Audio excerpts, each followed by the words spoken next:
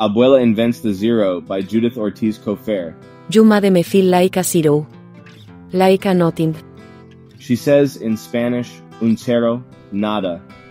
She is trembling, an angry little old woman lost in a heavy winter coat that belongs to my mother, and I end up being sent to my room, like I was a child, to think about my grandmother's idea of math.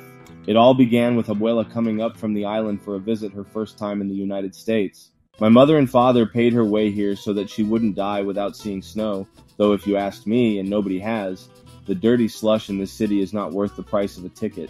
But I guess she deserves some kind of award for having had 10 kids and survived to tell about it. My mother is the youngest of the bunch. Right up to the time when we're supposed to pick up the old lady at the airport, my mother is telling me stories about how hard times were for La Familia on La Isla, and how La Abuela worked night and day to support them after their father died of a heart attack. I'd die of a heart attack too if I had a troop like that to support. Anyway, I had seen her only 3 or 4 times in my entire life, whenever we would go for somebody's funeral. I was born here and I have lived in this building all my life. But when Mommy says, "Connie, please be nice to Abuela. She doesn't have too many years left. Do you promise me, Constancia?" So I say, sure. Why wouldn't I be nice?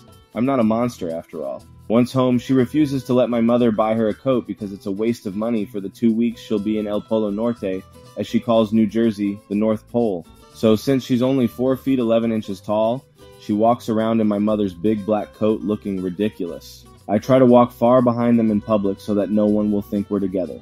I plan to stay very busy the whole time she's with us so that I won't be asked to take her anywhere. But my plan is ruined when my mother comes down with the flu, and Abuela absolutely has to attend Sunday Mass, or her soul will be eternally damned. She's more Catholic than the Pope. My father decides that he should stay home with my mother, and that I should escort La Abuela to church. He tells me this on Saturday night as I'm getting ready to go out to the mall with my friends. No way, I say. I go for the car keys on the kitchen table. He usually leaves them there for me on Friday and Saturday nights.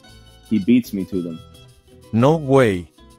I do have a responsibility to Sandra and Anita, who don't drive yet. There is a Harley-Davidson fashion show at Brookline Square that we cannot miss. The mass in Spanish is at 10 sharp tomorrow morning, ¿entiendes? My father is dangling the car keys in front of my nose and pulling them back when I try to reach for them. He's really enjoying himself. I understand. 10 o'clock. I'm out of here. I pry his fingers off the key ring. He knows that I'm late, so he makes it just a little difficult. Then he laughs. I run out of our apartment before he changes his mind. I have no idea what I'm getting myself into. Sunday morning, I have to walk 2 blocks on dirty snow to retrieve the car. I warm it up for Abuela, as instructed by my parents, and drive it to the front of our building. My father walks her by the hand in baby steps on the slippery snow. The sight of her little head with a bun on top of it sticking out of that huge coat makes me want to run back into my room and get under the covers. I just hope that nobody I know sees us together. I'm dreaming, of course. The mass is packed with people from our block. It's a holy day of obligation and everyone I ever met is there. I have to help her climb the steps, and she stops to take a deep breath after each one. Then I lead her down the aisle so that everybody can see me with my bizarre grandmother. If I were a good Catholic, I'm sure I'd get some purgatory time taken off for my sacrifice. She is walking as slow as Captain Cousteau exploring the bottom of the sea, looking around, taking her sweet time. Finally, she chooses a pew, but she wants to sit in the other end. It's like she had a spot picked out for some unknown reason, and although it's the most inconvenient seat in the house, that's where she has to sit. So we squeeze by all the people already sitting there saying, "Excúseme, please, con permiso. Pardon me." Getting annoyed looks the whole way. By the time we settle in, I'm drenched in sweat. I keep my head down like I'm praying so as not to see or be seen.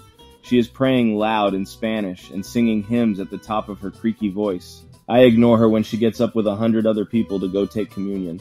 I'm actually praying hard now that this will all be over soon.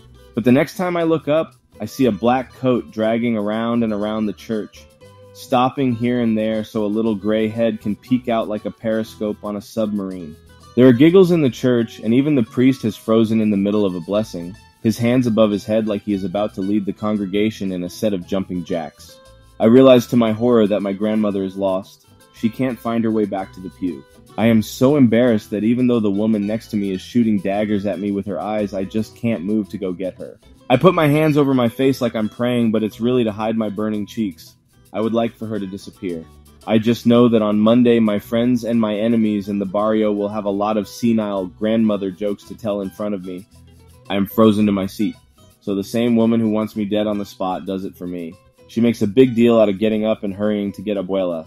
The rest of the mass is a blur. All I know is that my grandmother kneels the whole time with her hands over her face. She doesn't speak to me on the way home, and she doesn't let me help her walk, even though she almost falls a couple of times. When we get to the apartment, my parents are at the kitchen table, where my mother is trying to eat some soup. They can see right away that something is wrong. Then Abuela points her finger at me like a judge passing a sentence on a criminal.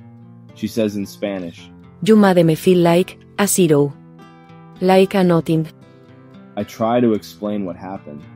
I don't understand why she's so upset.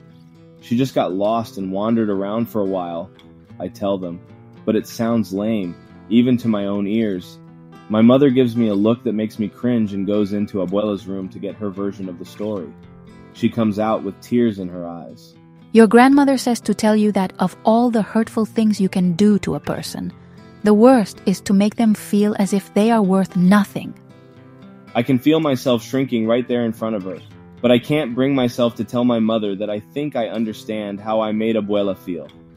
I might be sent into the old lady's room to apologize, and it's not easy to admit you've been a jerk at least, not right away with everybody watching. So I just sit there not saying anything. My mother looks at me for a long time, like she feels sorry for me. Then she says, You should know, Constancia, that if it wasn't for the old woman whose existence you don't seem to value, you and I would not be here. That's when I'm sent to my room to consider a number I hadn't thought much about until today.